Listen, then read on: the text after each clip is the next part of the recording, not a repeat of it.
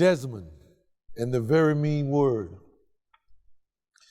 Dear child, what if someone said that people with big noses were better than people with small noses? Wouldn't that be silly? Well, when I was growing up in South Africa, we were told something just as strange. We were told that people with darker skin were not quite as wonderful as people with lighter skin.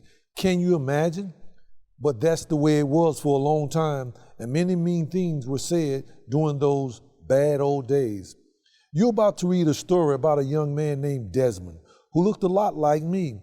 Although he doesn't have all the funny gray hair in this story, Desmond learned the power of words and the secret of forgiveness.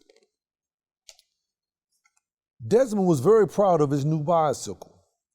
He was the only child in the whole township who had one, and he couldn't wait to show it to his father, Trevor. Father Trevor was kind of a loving, and when he laughed, his eyes sparkled and his whole body shook. Father Trevor didn't care if you were rich, poor, black, or white, old or young. He raised his hat and smiled at everyone he met. He especially loved the children and would even play with marbles with them on the floor in his office, where he met many of important people who came to visit. As Desmond sped down the dirt road, he admired his bicycle's shiny black body and white stripe and rear fender. Oh, it was beautiful. When he turned the corner, he saw a gang of boys, and they saw him. He stepped in the road and blocked his path. He didn't dare stop. What if they took his bike? Desmond gripped the handlebars and raced toward the boys, dust flying behind him. The boys scattered out of the way, but the tallest and redhead boy spat out a very mean word.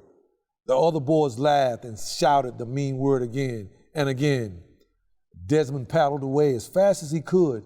His heart pounded and his chest ached. When Desmond got to Father Trevor's office, he threw down his bicycle, his teeth clenched. The mean word kept repeating itself over and over again inside his head. It echoed like a dark cave. Father Trevor looked up at Desmond, burst into his office. "What's wrong?" he asked, excusing himself from a meeting. Father Trevor always knew when something was wrong. "Nothing," Desmond said. Father Trevor bent down until he was looking directly into Desmond's face. His smiling eyes always made you feel like you were the most important person in the world. "You can tell me anything."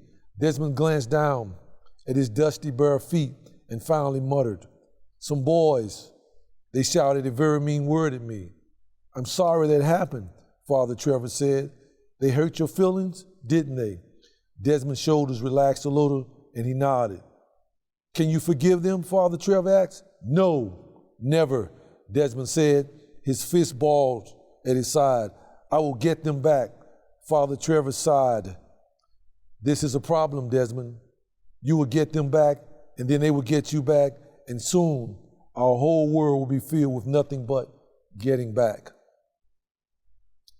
That night, Desmond laid in bed, trying to read his comic book by candlelight. Instead of words on the page, he kept seeing the mean word written over and over again. The next day, no matter how fast he paddled to school, Desmond couldn't leave the mean word behind. All day the mean word followed him around like a shadow in the hot sun. As he rode home that afternoon, he saw the boys again. His hand and his face felt hot. Maybe, he thought, if he get even, he would go stop thinking about what had they called him. So he raced past the boys and he shouted the meanest word he could think of. He could hear the boys running after him. Desmond paddled harder and harder, his heart pounding. Finally, he looked back and the boys had given up the chase. At first, Desmond felt proud, but very soon he began to feel something else. It was not a good feeling. The mean word he had said left a bitter taste in his mouth. After school the next day, Desmond went to Father Trevor. "Are you feeling any better, Desmond?" Father Trevor asked as he sat on the floor, shooting marbles with the children. Desmond shook his head from side to side and forward of who we are, Father Trevor said. They can make us feel a little less lovable, but it's not true. Lowering his face closer to the floor, Father Trevor lined up the marbles on the chalk circle. Desmond, everything we do matters. If we smile, if we frown, if we say something nice or something mean. Father Trevor flicked the shooter with his thumb and hit the marbles out of the circle. When we hurt someone, Father Trevor said, as he got up, it hurts us too. So that night, Father Trevor dropped in to see Desmond's parents. Desmond carried a pot of tea into the living room and then went outside. Usually he would try to listen to what the adults were saying, but tonight he just wanted to be alone. Sitting on the doorstep, Desmond looked up at the starry sky, an empty ache in his chest. He thought he could even see the mean word written on the face of the moon. That very nice bicycle you have, Father Trevor said as he sat down next to Desmond. The black paint gleamed in the moonlight. Desmond hadn't forgotten to show his bike to Father Trevor. It didn't matter now. He just shrugged and turned his back. He did not even want to talk to Father Trevor. Still thinking about the mean word, Father Trevor asked Desmond, slowly, nodded. Our hearts are fragile and easy hurt. That's why we're giving a way to heal. It's called forgiveness. How can I forgive them? They haven't said they're sorry. You don't need to wait until someone says they're sorry to forgive them. You have the power to forgive whenever you're ready. Desmond said, I'm not ready.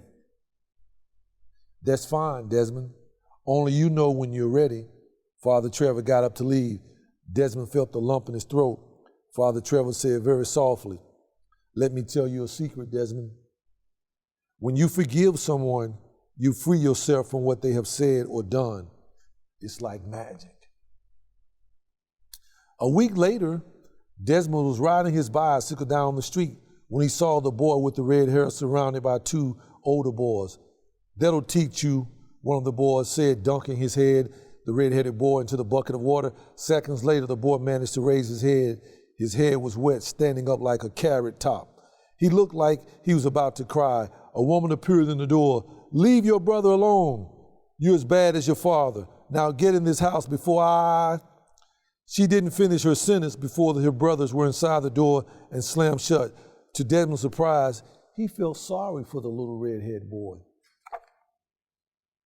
A few days later, Desmond ran into a neighborhood store market to buy his father a newspaper. Out of the corner of his eye, he saw a flash of red. Turning, Desmond realized it was the red-haired boy.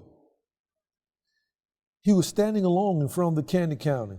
He was filled with lollipops and delicious chocolates. Desmond wanted to say something, but what? Thinking of the mean word he had shouted at the boy, Desmond finally blurted out, I'm sorry for what I said. The boy looked at Desmond speechless. And finally he stammered, I guess I'm well. Desmond didn't need the boy to say he was sorry. It would have been nice, but his father Trevor had said it really wasn't necessary. I forgive you, Desmond said quietly. As soon as the words were out of his mouth, Desmond felt a little stronger and a little braver, and he stood a little taller. After buying the newspaper, Desmond went outside. The red-haired boy was standing on a milk crate under a shade tree. The boy stood up and moved closer to him. Desmond froze. The boy looked around to see if anyone was looking. He reached in his pocket and he gave Desmond a piece of chocolate. For that moment, Desmond looked into the other boy's eyes and smiled. Then he hurried to get back on his bike, first popping a piece of chocolate into his mouth.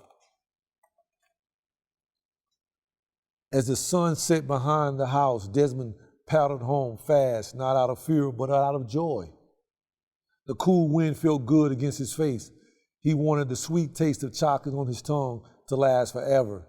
Slowly, he spread his arms out wide as he was flying. At last, Desmond knew what it felt like to be free. It was as if he could embrace the whole world with his outstretched arms. And he truly felt what it meant to forgive, even though he had been done wrong, and even though he had did wrong.